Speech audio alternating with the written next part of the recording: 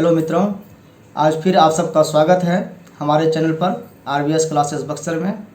आज विद्यार्थियों में खास करके लड़कियों के बारे में हमारे बीच समाज में जो धारणाएं बनी है वो कुछ बेहतर हुई है।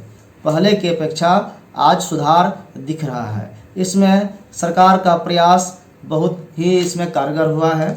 हम देखते हैं कि हमारे समाज में लड़के को पढ़ाने के लिए सभी जोर डालते हैं कि लड़के को हम डॉक्टर बनाएंगे, इंजीनियर बनाएंगे या प्रोफेसर बनाएंगे, कई बड़े पदों पर भेजेंगे। बेटे के कारण माँ बाप का नाम रोशन होगा। ये तो सुनी सुनाई पुरानी बात हो गई है।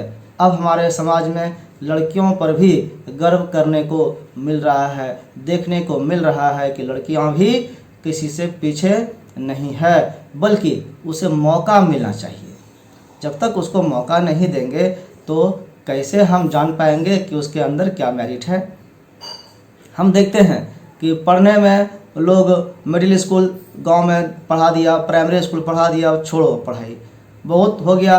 अब इसमें हाई स्कूल तक जाने लगा। रेयर कंडीशन में ऐसा था कि लोग हायर एजुकेशन को पाते थे। तो इसमें हमारे यहाँ जो नीतीश सरकार है इसने बहुत ही बड़ा योगदान दिया इसको बढ़ाने में। आप देखते हैं कि सरकारी योजनाएं बच्चों को, महिलाओं को, छात्राओं को विशेष करके दिया जाता है।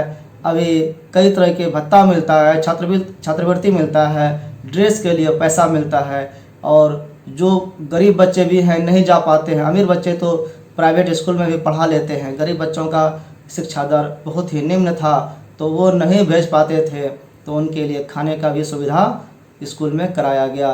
लेकिन जो भी प्रयास हुआ है उसमें हमेशा यही आदर्श का ध्यान रखा गया है। उसका मेन उद्देश्य शिक्षा के प्रति लोग जागरूक हों और सभी लोग शिक्षित हों और उसके लिए सब शिक्षालय से जुड़े, विद्यालय से जुड़े, पढ़े और आगे बढ़ें। इसमें सिस्टम का दोष कुछ सामने आ जाता है। हमारे सिस्टम में कुछ लोग दुश्मन की तरह और घून की तरह घुसे हुए हैं जो इस अच्छे व्यवस्था को बर्बाद करने पर तुला रहता है। लेकिन हम उसको नज़रअंदाज कर दें तो हम देखेंगे कि हमारा काम क्या है। इसके लिए कई प्रयास हुए, कई NGO की संस्थाएं और कई समाज सेवियों ने भी योगदान दिया और आज बेहतर परिणाम दिख रहा है। जैसे कि कुछ योजना है, साइकिल का जो मिलता है छात्राओं को विशेष करके 9th क्लास में, फिर उसके लिए भी लोग 9-10 तक पढ़ने लगे।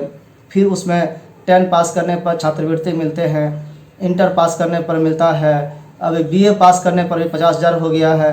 तो जो भी ये पैसे का लोभ है, तो लोभ के बस में आकर के ही सही आप पढ़ने के लिए आतुर तो हुए, आप पढ़ने के लिए आगे तो बढ़े। ये लोभ का इसका नाम देना उचित नहीं है, क्योंकि सरकार इसको छात्रवृत्ति के रूप में, प्रोत्साहन राशि के रूप में देता है कि भाई गार्जियन को परेशानी नहीं हो, उसको ये चिंता नहीं हो कि बच्चों को हम कैसे आगे पढ़ाएंगे, हमारे पास पैसे नहीं हैं। इसके लिए ये छोटी सी राशि उसको बहुत बड़ा योगदान दे सकता है, पढ़ाने में आगे बढ़ाया जा सकता है। किस विद्यार्थी के लिए स्टूडेंट क्रेडिट कार्ड भी बनाया गया है जो 4 लाख तक के सरकार से मदद मिलता है आपको कोर्स करने के लिए, और कोर्स कर करके आप जॉब में आ जाते हैं, आप कमाने लगते हैं, सरकार को चुकाइए, अन्यथा सरकार आपको वो फंड भी माफ़ कर देती है। फिर आप देखते हैं कि सरकार जब कोई वैकेंसी निकालती है तो उसमें महिलाओं का विशेष ध्यान रखा जाता है, उनको अलग से आरक्षण मिलता है, क्योंकि हमारे सिस्टम में जो है महिलाओं की भागीदारी बहुत कम है। चाहे वो पंचायत चुनाव हो, उसमें महिलाओं के लिए सीट को रिजर्व कर दिया जाता है। हाँ, ये भले है कि महिलाओं के बदले पुरुष ही काम करते रहते हैं, लेकिन धीरे धीरे ही सही एक दिन महिलाएं स्वतंत्र होकर के काम करने में सक्षम होंगी। अब यहाँ पर देखते हैं कि शिक्षा में कोई शिक्षक हो उसमें उनका परसेंटेज है। नौकरी में हमारे बिहार में 35% आरक्षण है महिलाओं के लिए। स्पेशल वुमेन के लिए WBC कैटेगरी बनाया गया है। तो जो भी है, इधर अब नया घोषणा हमारे बिहार सरकार ने की है और ये बिहार के गर्ल स्टूडेंट्स के लिए खुशखबरी है और बहुत बड़ी खुशखबरी है कि राज्य के इंजीनियरिंग और मेडिकल कॉलेज में पढ़ने के लिए जो एडमिशन होता है उसमें 33% सीट लड़कियों के लिए आरक्षित रहेगी, यानी 33% महिलाएं होगी ही, इसकी गारंटी हो गई। पहले गारंटी नहीं था, हो सकता है कि टॉप मेरिट में लड़के ही सारे आ जाएं, लड़कियां ना रहे, ये भी हो सकता था। लेकिन अब ऐसी नहीं बात होगी, अब होगी कि 33% लड़कियां तो ज़रूर रहेगी। और ऐसा सिस्टम बना करके सीएम ने इनको यूनिक सिस्टम बताया है। इसके लिए हमारे यहाँ 2 यूनिवर्सिटी अलग से बनाया जा रहा है, मेडिकल सिस्टम को देखने के लिए और इंजीनियरिंग सिस्टम को देखने के लिए। तो इससे जो संबंधित न्यूज़ है हम लोग इसको देख करके समझते हैं कि मुख्यमंत्री नीतीश कुमार ने कहा कि राज्य के इंजीनियरिंग और मेडिकल कॉलेजों की कम से कम 33%, जिसको 1/3 कहते हैं, 1/3 कहते हैं, सीटें लड़कियों के लिए रिजर्व होगी। वे प्रस्तावित इंजीनियरिंग और मेडिकल यूनिवर्सिटी के बारे में बुधवार को उच्च स्तरीय बैठक को संबोधित कर रहे थे। एक बैठक में उन्होंने ये चर्चा की है और ये यूनिवर्सिटी प्रस्तावित है, ये जल्दी ही पास होने वाली है और बन जाएगी, एक्टिवेट हो जाएगी। अफसरों ने उन्हें दोनों यूनिवर्सिटी तथा इससे जुड़े विधेयक के बारे में विस्तार से बताया। मेडिकल यूनिवर्सिटी का नाम क्या होगा? अब यूनिवर्सिटी का कुछ नाम भी होता है। हमारे यहाँ जो जनरल अभी 10 यूनिवर्सिटी है, फिर 2 यूनिवर्सिटी और 3 यूनिवर्सिटी बना। तो इस तरह से ये तो रेगुलर पढ़ाई के लिए है, BA BSc BCom कराना है इससे, और BCA BBA है, MA MSc MCom, जो एक डिसिप्लिन पढ़ाई होता है इंटर के बाद वो। लेकिन ये स्पेशल टेक्निकल पढ़ाई के लिए आपके यहाँ बात हो रही है। तो जो मेडिकल यूनिवर्सिटी बनेगा उसका नाम होगा Bihar University of Health sciences, Bihar University of Health sciences. और इंजीनियरिंग के लिए जो यूनिवर्सिटी बनेगा उसका नाम होगा द बिहार इंजीनियरिंग यूनिवर्सिटी। मुख्यमंत्री ने कहा कि राज्य के इंजीनियरिंग एवं मेडिकल कॉलेजों में नामांकन में न्यूनतम 1/3 सीटें राज्य के छात्राओं के लिए आरक्षित रहेगी और इससे क्या होगा कि छात्राओं की संख्या बढ़ेगी, वो ज़्यादा सक्षम होंगी। यह यूनिक चीज़ होगी। इससे छात्राएं उच्च और तकनीकी शिक्षा की ओर और ज़्यादा प्रेरित होंगी और आगे पढ़ने के लिए उनके मन में प्रेरणा जगेगी। उनके अनुसार राज्य के सभी जिलों में इंजीनियरिंग कॉलेज खोले जा रहे हैं। हर जिले में एक इंजीनियरिंग कॉलेज रहेगा। कई मेडिकल कॉलेज भी खोले गए हैं और खोले भी जाएंगे।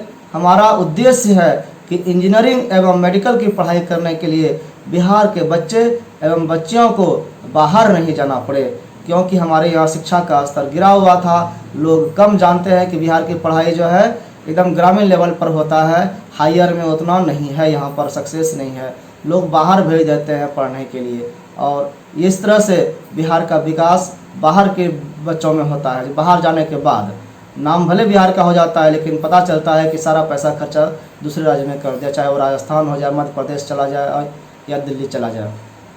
तो बिहार में रहकर पढ़ाई करेगा तो खर्च भी बिहार में होगा, बिहार का नाम होगा।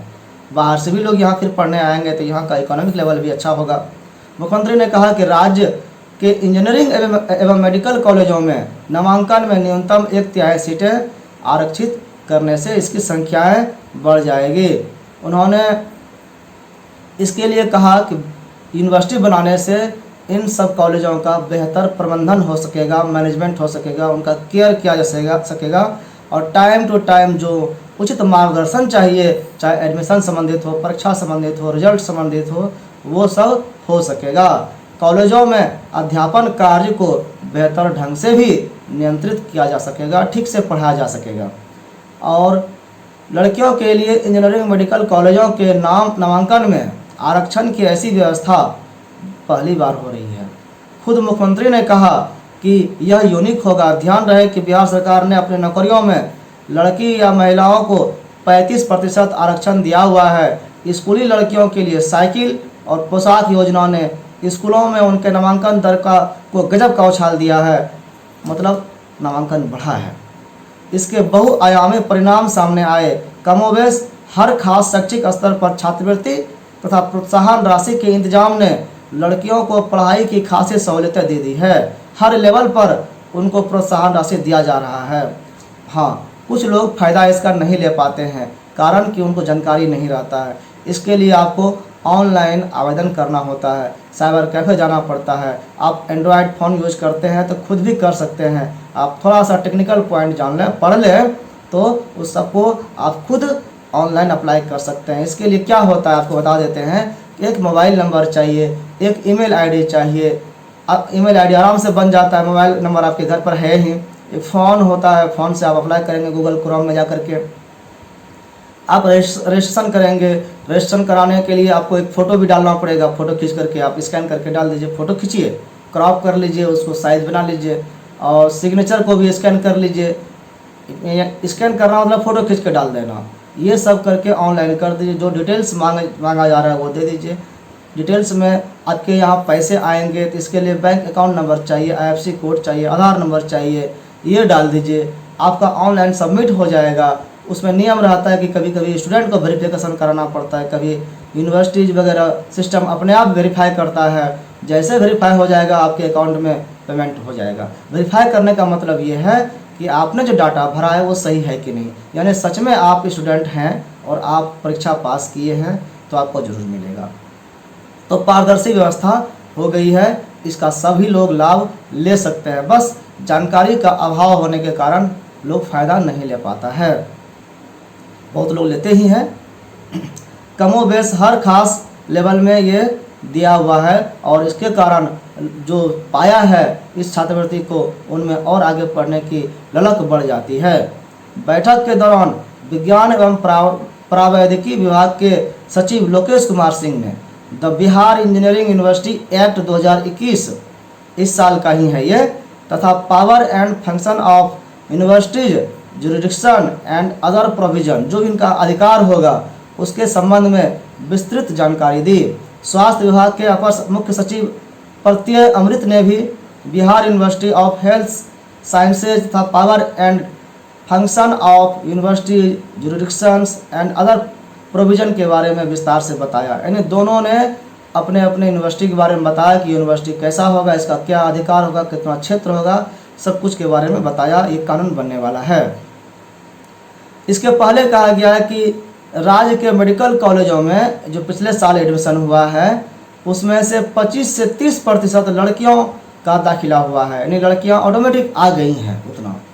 आर्यभट्ट ज्ञान विश्वविद्यालय के जो परीक्षा नियंत्रक है, exam controller engineer Rajiv Ranjan ने, उन्होंने बताया कि 2019 में मेडिकल कॉलेज में MBBS में कुल दाखिला 1213 विद्यार्थियों का हुआ था। इसमें 411 लड़कियां थी जबकि 902 लड़के थे। इसको प्रतिशत में देखें तो 33.89% लड़कियों का था, यानी 1/3 तो हो गया लड़कियां। तो ये कहा गया है कि उसी को अब हम अस्थायी कर देंगे। केंद्र ने फिलहाल IIT के क्षेत्रों में लड़कियों के लिए 20% सीटें आरक्षित की है। बिहार ने उसको 33% कर दिया। इससे यहाँ बिहार आगे बढ़ गया लड़कियों को सुविधा देने के मामले में। वर्तमान में जो आरक्षण की व्यवस्था है मेडिकल इंजीनियरिंग कॉलेजों में नामांकन में लड़कियों के लिए अलग से आरक्षण व्यवस्था नहीं है। अभी जाति आधारित कैटेगरी वाइज आरक्षण व्यवस्था है। वो क्या है? वो है अनुसूचित जाति, यानी जिसको कहते हैं SC के लिए 16% आरक्षण है। यानी जितना सीट होगा, इसको 100 सीट पर अगर मान लें तो 100 सीट होने पर 16 सीट SC के लोगों के लिए होगा। वो लड़का लड़की कोई भी हो सकता है। ये था। ST के लिए, जिसको अनुसूचित जनजाति कहते हैं, उसके लिए 1% है, क्योंकि बिहार में जनजातियाँ कम है इसीलिए 1% आरक्षण है यहाँ पे। अत्यंत पिछड़ा वर्ग, जिसको EBC कहते हैं, एक्सट्रीमली बैकवर्ड क्लास, BC1 भी कहते हैं, इसमें 18% आरक्षण है। फिर पिछड़ा वर्ग, जिसको बैकवर्ड क्लास कहते हैं, BC कहते हैं, उसमें 12% आरक्षण है। आर्थिक रूप से कमज़ोर वर्ग, जो कमज़ोर वर्ग है, इकोनॉमिकली बैकवर्ड क्लास है, ये विशेषकर जनरल वर्ग के लिए लोगों के लिए है, इसमें 10% का आरक्षण दिया गया है। दिव्यांग, जो शरीर में किसी भी अंग का विशेष अंग में उसमें कमी है, यानी जिसको हम लोग विकलांग बोलते थे, उन्हीं को दिव्यांग बोला गया है।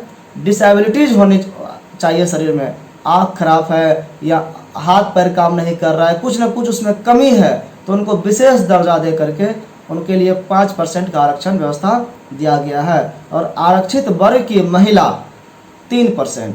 अब ये जनरल को छोड़ करके सभी में से अब 3% महिलाओं के लिए रखा गया है, ऑटोमेटिक हो जाता है वो। बिहार में ये तो एडमिशन का था आरक्षण। अब नौकरियों में आरक्षण का क्या व्यवस्था है, तो 35% महिलाओं को सर्विसेज में आरक्षण है। तो ये आरक्षण की व्यवस्था है। एडमिशन में महिलाओं के लिए आरक्षण का व्यवस्था स्पेशल नहीं था, तो वो 35% नहीं किया है, अभी 33% किया है। तो दोनों लगभग समकक्ष हो गए। नौकरी में भी 35%, एडमिशन में 33%।